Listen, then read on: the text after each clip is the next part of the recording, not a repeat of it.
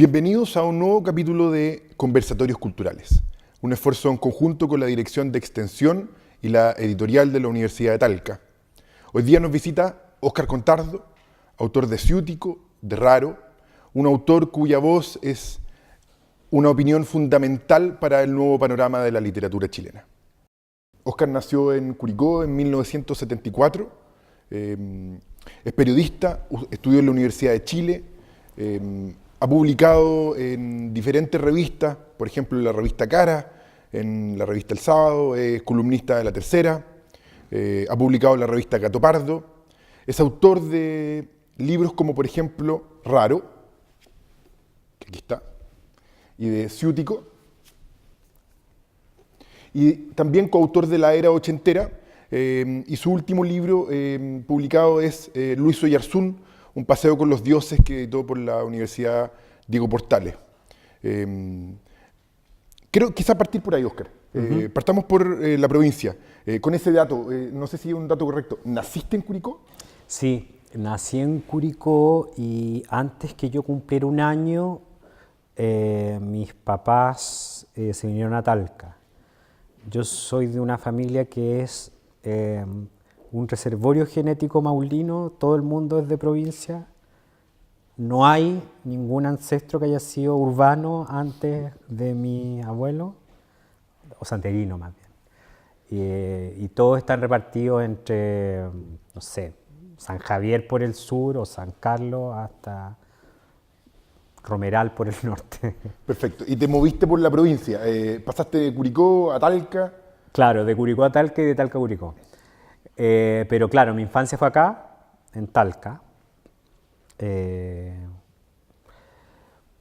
Tengo esos los recuerdos. Los primeros recuerdos, yo antologué un libro que se llamó Volver a los 17, que eran relatos autobiográficos de gente de mi generación, de escritores de mi generación, en torno a la dictadura, que es como un poco una segunda parte de la era ochentera. Y bueno, en ese libro que escribió Álvaro Izama, Lale Costamaña, Rafael Gumucio, Zambra. Y en ese libro, el primer capítulo, yo un poco cuento lo que era mi vida acá, en Talca, y ¿Puedes contarnos un poco? no es que era básicamente concentrado en la idea de que en una broma que tenía mi papá, que tenía un sentido del humor bien extraño, que era, yo veía un militar y yo le decía Pinochet al militar. Entonces, que me paseaba por el centro y acá en los 80, al principio, en las galerías, sobre todo en las entradas de las galerías, siempre había un milico con un fusil. Y yo de lejos decía, mira papá, Pinochet, Pinochet. A mi papá eso le parecía muy divertido, y no es divertido, po. Entonces, algo de eso cuento en esa primera parte del Volver a los 17, en la introducción, digamos, que era como decir, esta fue también mi historia y la historia de una generación de personas que crecimos en dictadura. Y en mi caso, y en el de un par más, Daniel Villalobos, que también escribe en el libro, fue esa época en la provincia, que es aún más particular que en la capital. ¿Cuáles eran los contrastes? Yo creo que el principal contraste es que la disidencia era absolutamente invisible, no existía. En cambio, viviendo en Santiago, sí, de alguna manera alguien se enteraba, si no vivía ahí cerca del centro, si no tenía una relación, de que en el centro pasaban cosas. Alguna perturbación en la vida cotidiana podía existir, podía llegar a existir, quizás indirectamente, pero en la provincia era muy poca. En la provincia sí que no pasaba nada y todo era como un eco distante de una historia que no era que no transcurría en tu vida cotidiana. ¿No pasaba nada de las cosas que después te interesaron? Claro, no pasaba nada de eso, pero al mismo tiempo pasaba, porque era una violencia más sorda, era una forma de vida que se establecía sin disidencia, sin la posibilidad de hacer un contrapunto y que era muy, muy asfixiante. Esa es la idea o la sensación que yo tengo. La ¿Ha asfixia. envejecido esa idea y de qué manera ahora que vuelve, ya sea a ver a tu papá en Curicó o a Es que una actividad como esta? es distinto. Yo creo que el país es distinto. El país es distinto de muchas formas. Es distinto igual en otras. Eh, las ciudades han crecido, la forma en la que han crecido quizás es lo más sorprendente. No sé si sorprendente sea una buena palabra.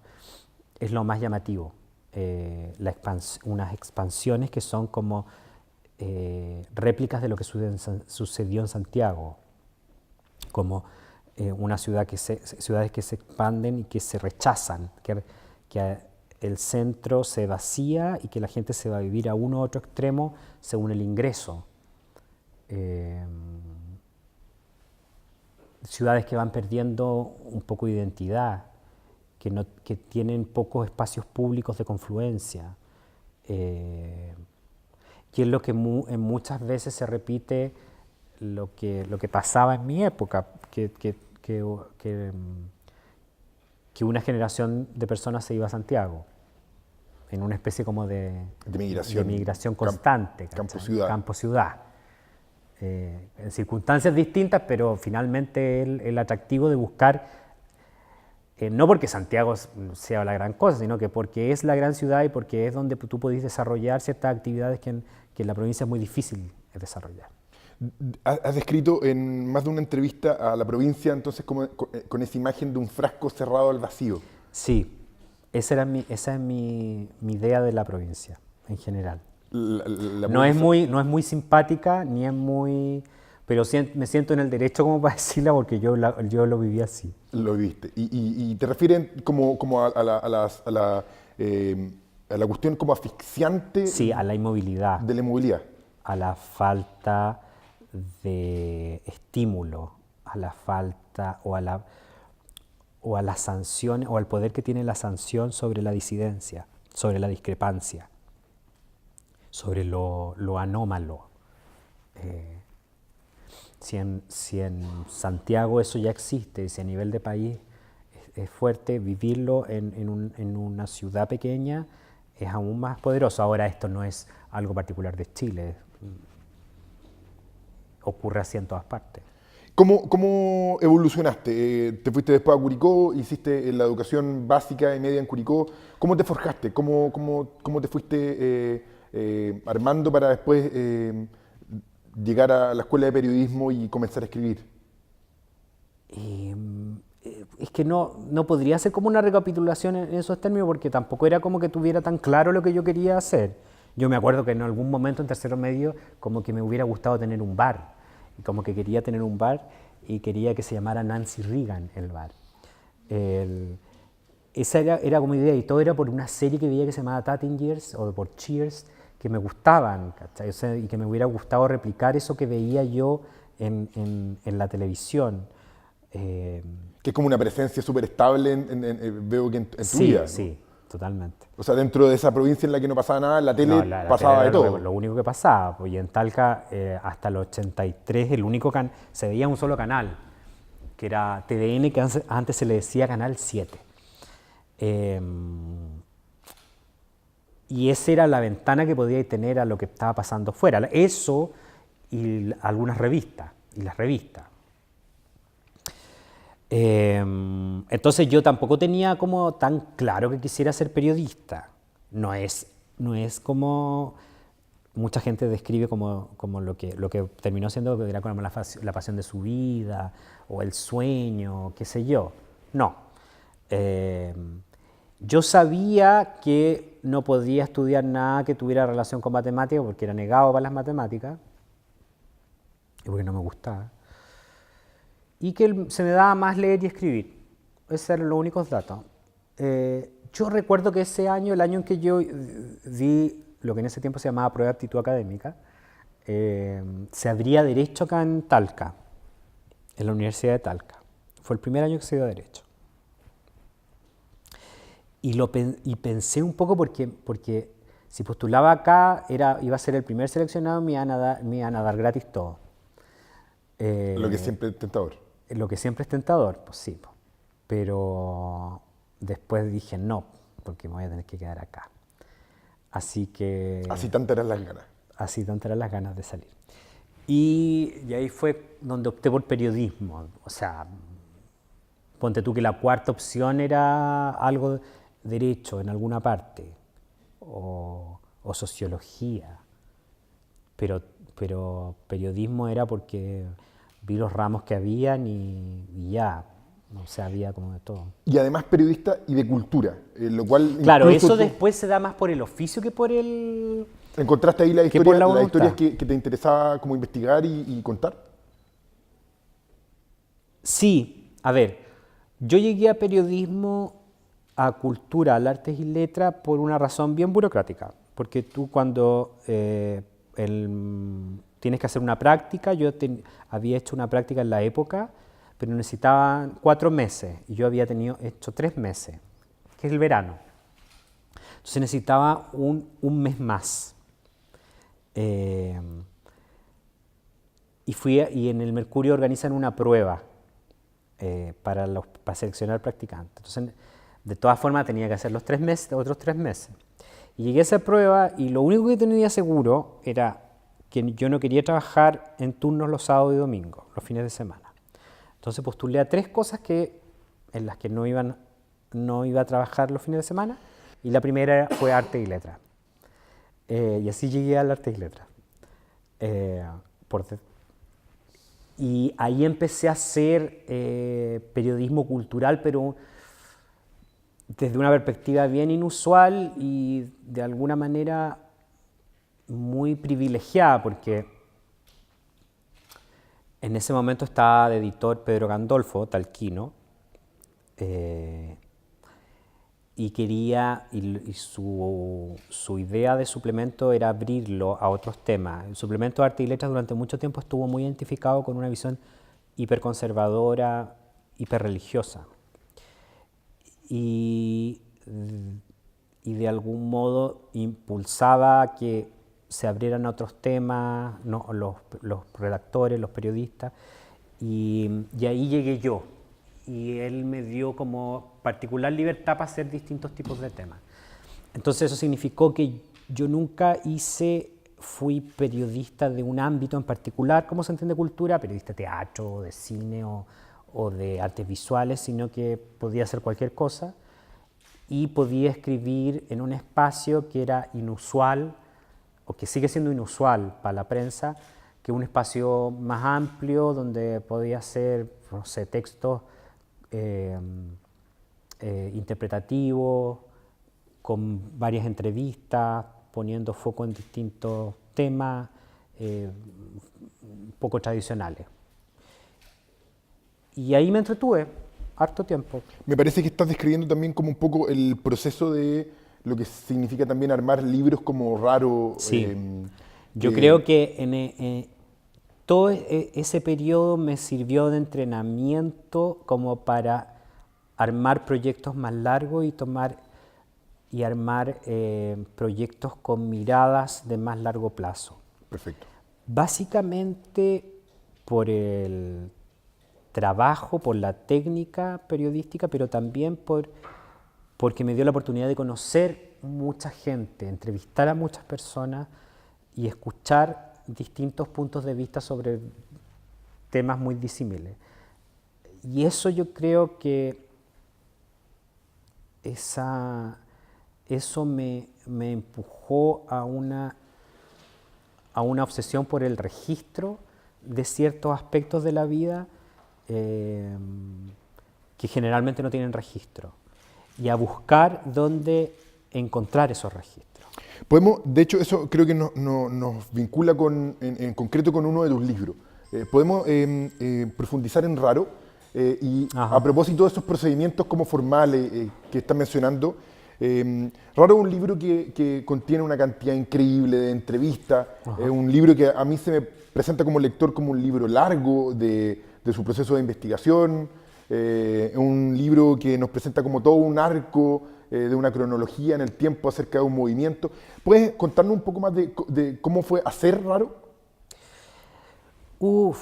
A ver, es que confluyen varias cosas, porque yo tenía la idea de hacer un libro como Raro mucho antes, en una época en la que no hubiera sido posible publicarlo. ¿Por qué?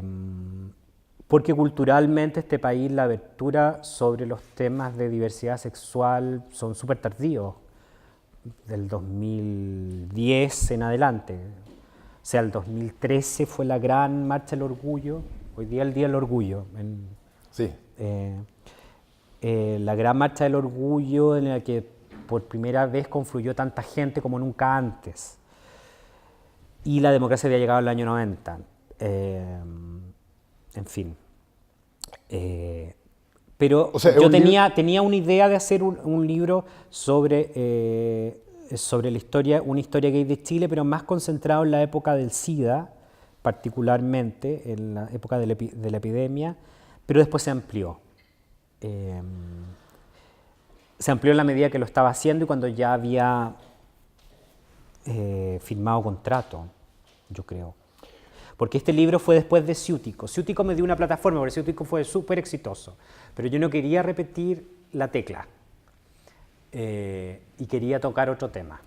O sea, disculpa, pero entonces Sí. Raro padece un poco de lo mismo que cuenta. Tuvo que esperar Sí, a que se dieran ciertas totalmente. condiciones Sí. para contar esa historia. Sí, sí, si no, no. Si no, no solamente por el interés editorial, sino también por el acceso a la fuente. ¿Nos puedes contar un poco Lo que pasa es que quiénes son el estas libro fuentes?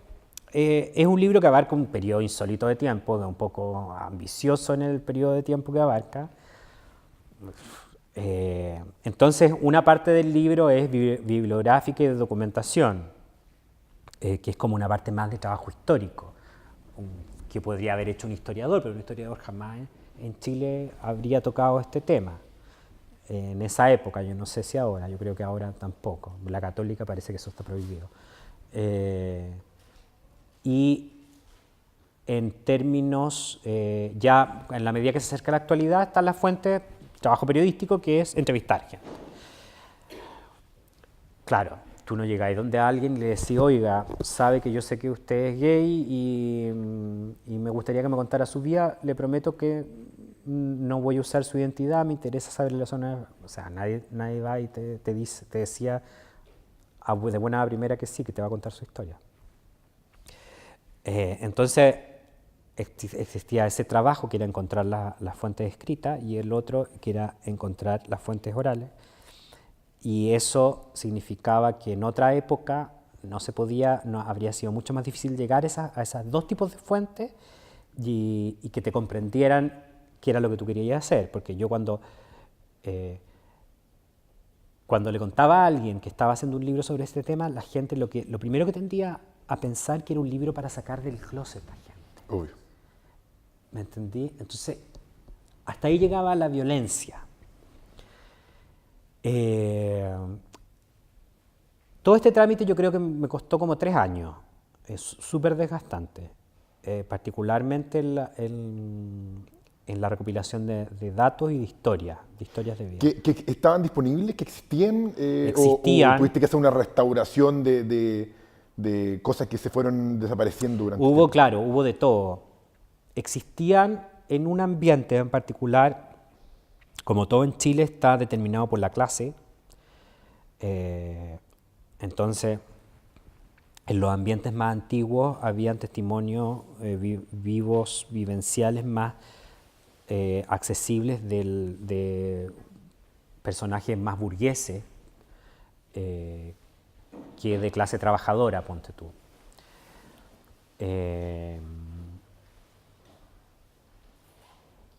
Pero también se podía hacer una reconstrucción, buscando por fuentes distintas, relatos, tal vez a través de registros de periodismo y de los archivos judiciales. Y en la medida que avanzaban las generaciones, digamos, gente que estaba en torno a los 50, 60, se presentaba el otro problema que era el SIDA, que aniquiló a una generación. Y esos testimonios que a mí me parecían súper valiosos por cómo se vivió una crisis de la que no se podía hablar públicamente, que tenía mucho que ver con el ambiente de la dictadura, pero llevado a otro aspecto. Y eso me parecía interesante. Antes de pasar a eso, que es interesantísimo, a propósito, estos testimonios vivos, a pesar de la resistencia inicial, después, una vez como superada esa etapa, ¿querían contar su historia? Sí, sí, lo que pasa es que después se daban cuenta, o en la conversación, en las preguntas, de hacia dónde iba, qué era lo que yo quería rescatar, que era, mi interés era que la historia de todas estas personas no quedara sepultada por la muerte, por su propia muerte. Que apareciera, que alguien escribiera, relatara lo que vivieron, cómo lo vivieron, qué pasó. Era un trabajo de memoria. Claro, entonces en la medida que se daban cuenta para dónde iban las preguntas, que era lo que se hacía mucho más fácil, y ayudaban y después me contactaban a otras personas y qué sé yo. Y mucha de esa gente después del libro, que lo leyó, me escribían: si yo hubiera sabido que iba a ser así, te hubiera pedido que apareciera mi nombre, porque realmente lo valoraron mucho. Sobre todo de esa generación yo tuve mucho feedback después. Se preocuparon mucho de escribirme y de hacerme sentir que habían valorado el trabajo y que les había dado, es feo que yo lo diga, pero me lo dijo algo, que le había dado dignidad a sus propias vidas. Y eso me pareció muy, muy, muy reconfortante. De hecho, es de las cosas que más me ha reconfortado en esto de escribir libros.